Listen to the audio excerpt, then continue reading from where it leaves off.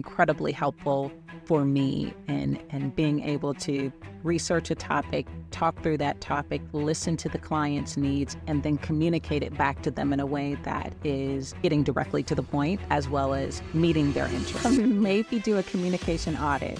And by that, I mean, take an audit of your own communication comfort level. ABC, active listening, breathing, and then calmly communicating. Those are the three things that I definitely learned. In professional settings, when are you communicating? How do you communicate? When do you feel most comfortable?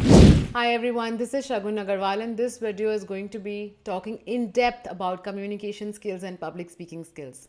More importantly, professional speaking, where you can be paid thousands and tens of thousands of dollars to give a couple of minutes of speech. And I'm not kidding, just look at this website, and there's so many out there where they list different speakers, where they list out how much do they charge for one session. So just look at that figure. The basic pay for a professional speaker starts from $10,000 for 1 hour of speech. Today I have with me a very, very dear friend, a very special person, Beneatha Barkley.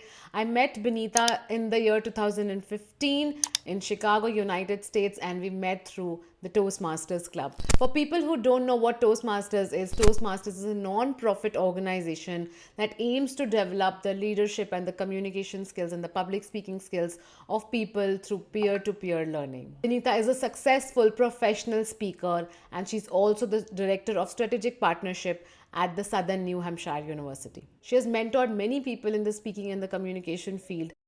Hi Beneatha, how are you? Hi, Shagun. How are you? I'm doing great. It's been such a long time that we have connected. I'm so excited to have you on my channel. I am excited to be here. I am thrilled with all the time that we spent together when you were here in Chicago just to talk to you again. So, Beneatha, my first question to you is professional speakers are some of the highest paid people in the world.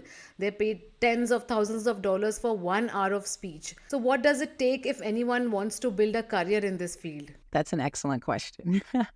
If someone wants to be a professional speaker, those speakers are industry experts. They are skilled in motivation, inspiration, skill development. It really is about what that individual can bring to that specific audience. And they're hired for lots of different reasons, whether it's educational reasons, but they're hired to come in and bring a fresh perspective to an old idea or to re-enhance or reinforce a new idea or provide it in a digestible way for that audience to be re-energized about it. Being a professional speaker, I would say for sure, it's a space that you want to be an expert in. Yeah, sure. Beneatha, you are the director of strategic partnership at a company, and you're also a professional speaker.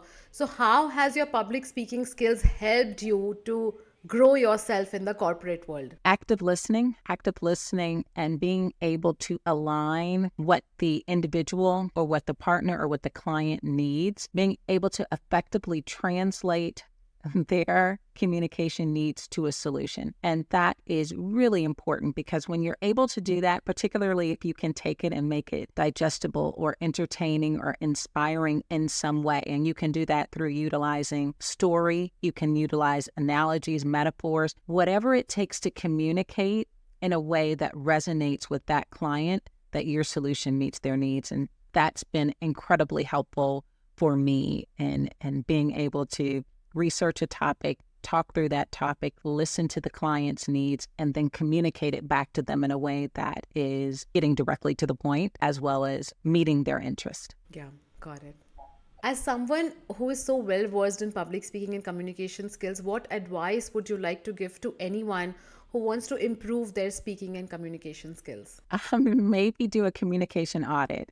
And by that, I mean, take an audit of your own communication comfort level. Take 7 days to look at where you communicate, why you communicate. And I mean in social settings, when are you communicating? When do you feel most comfortable? What are the topics you feel most comfortable talking about? In professional settings, when are you communicating? How do you communicate? When do you feel most comfortable? And then in presentations, so to speak. So not just one-to-one communications, but one-to-many when you're speaking to more than just one person in group settings. How often do you do it? When do you feel most comfortable? What topics do you feel most comfortable talking about?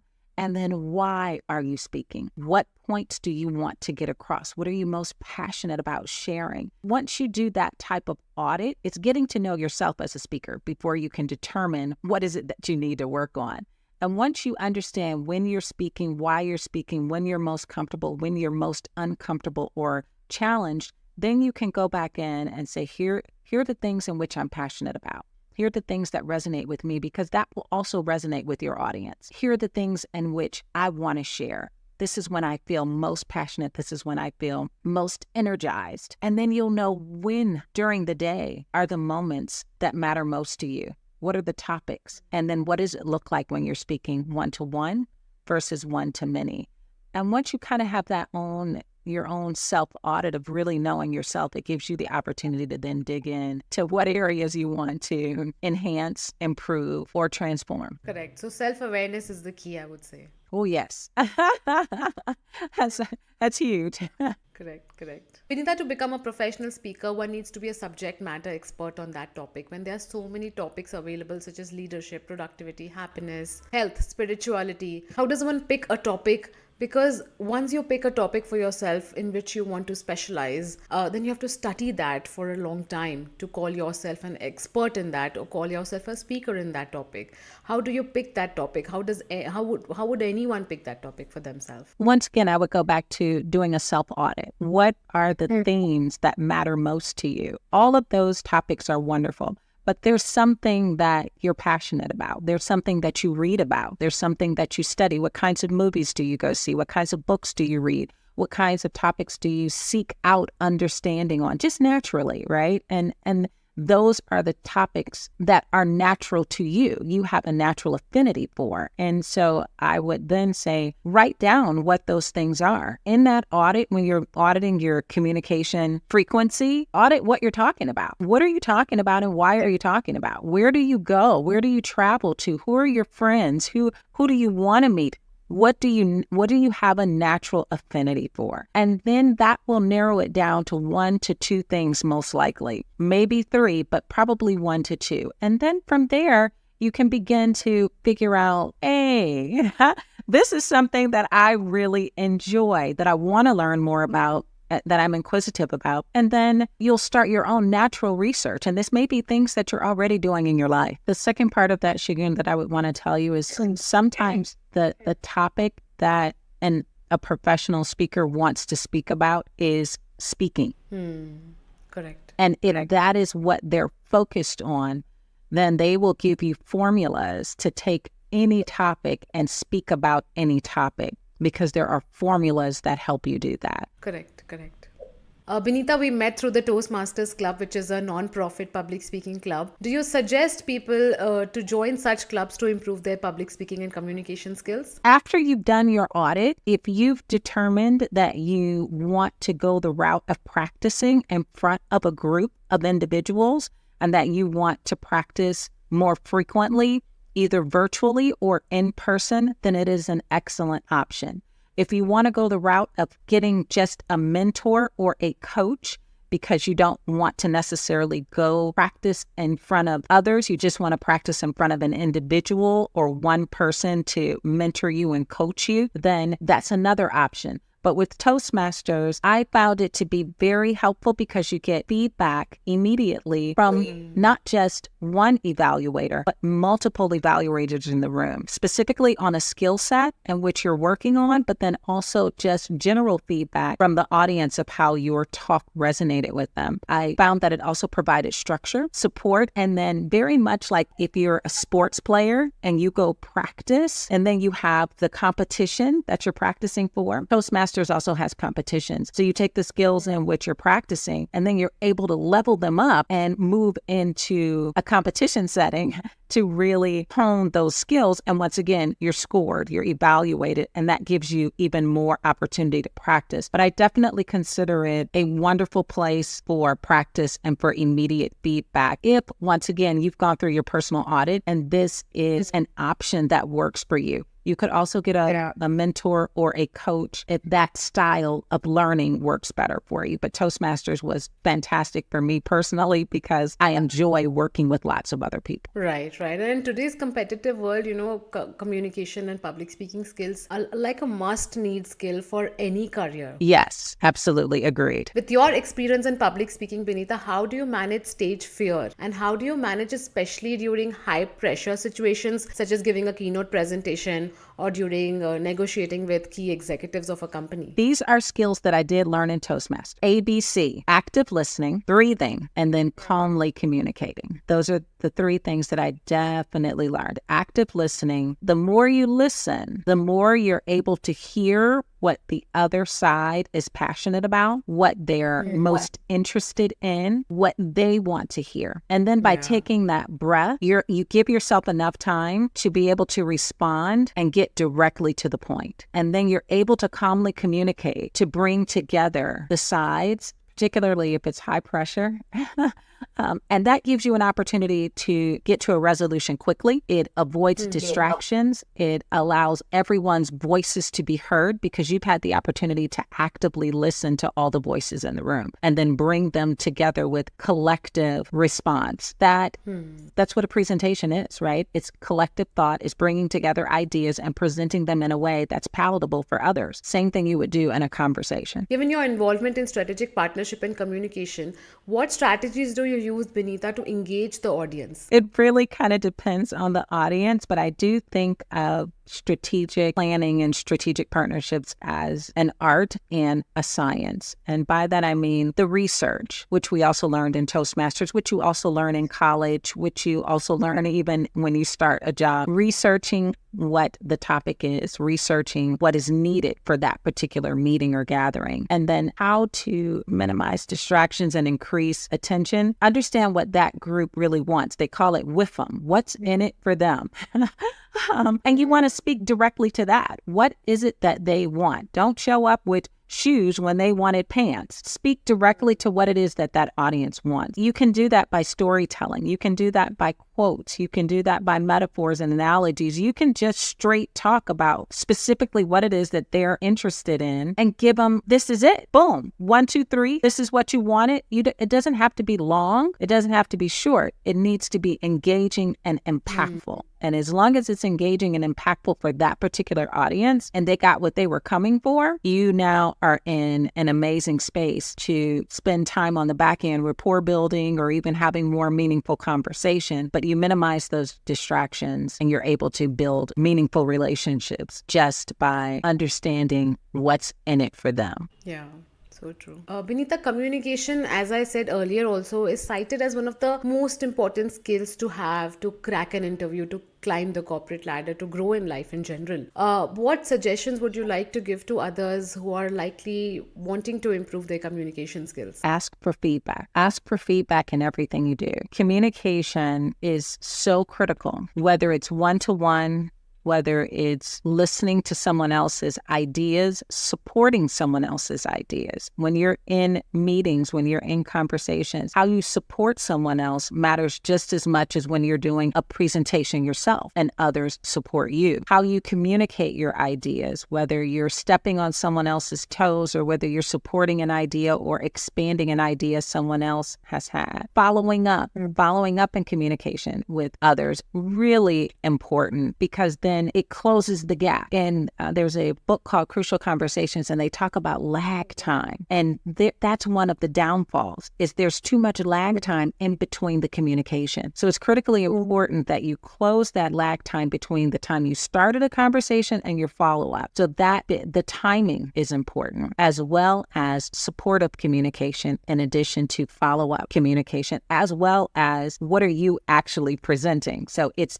full circle communication. And ask for feedback. Ask for how your communication is resonating with others, what people felt about it. How did it make them feel? What did it make them think? Was it inspiring? Was it condescending? Was it not relatable? Did they not know what you were talking about, or was it confusing? Feedback will help you really get better and more effective at communicating. Yeah, whatever stage in life you are, I believe everyone is striving to improve their communication skill, whether you're a CEO or whether you're an analyst level position, always wanting to improve your communication skills, because you know that that's one of the key drivers if you want to grow in life. It's so critical in every part of life, not just professionally, but in your family, with your friends. I mean, whatever you talk to on a regular basis, I mean, in your volunteer organizations, in your hobbies, whoever you talk to, it's so important to be able to communicate your ideas and support other people's ideas. Correct. Absolutely. This is the age of digital distractions, and the attention span of people have gone down to just a couple of seconds. It's so difficult to content create and also make sure that your audience is engaged. So when you're giving presentations, how to make sure that your audience stays with you, that the attention span is there. Research your audience. Find out what holds their attention. If your audience are individuals that like literature, then make sure that you have done the research on the type of literature that they like, so that you can bring in content from the literary sources that matter most to that industry. If your audience likes music or dance or entertainment, then bring entertainment to the presentation with you. If your audience likes interaction and workshop, where they actually are not just listening to a speaker, but they want to do something within it, find 30-second, 10-second, 60-second moments where you can pair people up and have them interact. But the most important thing I would say is really understand your audience and find the medium that works best in that setting for them and bring it, because they will engage with you because it's what they want to do. Correct. Absolutely. Researching your audience is very important. What your content and how you present will be different for a student, will be different for an executive, will be different for family members. Can you share any personal rituals or strategies that you use to prepare as a professional speaker? Because when someone is paying you thousands of dollars for a couple of minutes of speech, the expectations are also high. So what strategies, methods you have used to hone your skills as a professional speaker and to make sure that you are paid for it? Like, professional speaking is a different story altogether. It's not normal speaking. So how do you make sure, what strategies do you use, what methods do you use that you can command that kind of demand from the market that they would be willing to pay you for? There's one thing that I typically always do. I find myself a coach, an influencer, and a decision maker within the population that I'm going to speak to. And by that, I mean a coach, someone who can coach me on their organization. An influencer, someone who is the mouthpiece there that people follow or they believe in. And you want that person to spread the news. And that person has lots of news to spread. So they're able to share with you the ins and outs of the organization,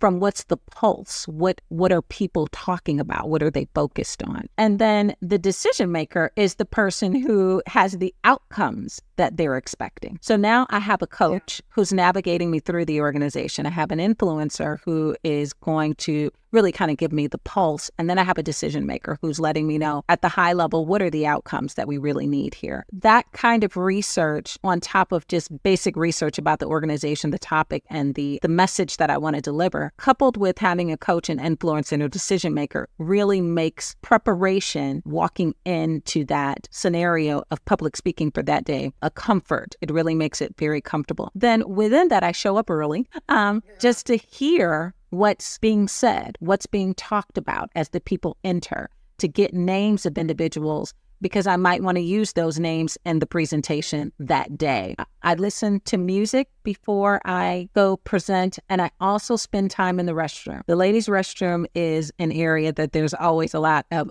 chitter chatter that happens in. So I spend a little time in the restroom, but I also listen to music to prep myself and move myself into a different mindset for getting out on the stage that day, in addition to a little bit of physical warm-up as well. Yeah. Beneatha, the audience has got so many insights from you, and if they have any questions, I will let you know so you can answer all of that. I'm sure they have learned so much from you around public speaking skills, around communication skills, something that everyone around the world wants to improve. How much ever good communicator you are, there is always scope for improvement. And I really, from the bottom of my heart, want to thank you for your time and your energy over here, that you're spending time early morning before going for work. And I want to congratulate you for everything that you have achieved. You're an inspiration for everyone around you and your friends, amongst me, amongst all the people that you know. You're managing a full-time corporate job at such a senior level, and then also managing your public speaking career professionally. So many congratulations on that, and many thanks for being there, sharing your insights, sharing your thoughts, your experiences, your opinions. It means a lot to me. It means a lot to the audience. Well, I thank you for having me. I'm learning from you every day as well, so thank you. Same, Beneatha. Once this video is out, I'll share with you the link so you can share it with your friends and family, and more people can be reached out and get insights from a brilliant person that you are. Super intelligent, super smart, super great communicator, and everything else. And thank you so much, Beneatha. And if you have any questions for her, please do reach out via the comment section, and she will definitely get back to you.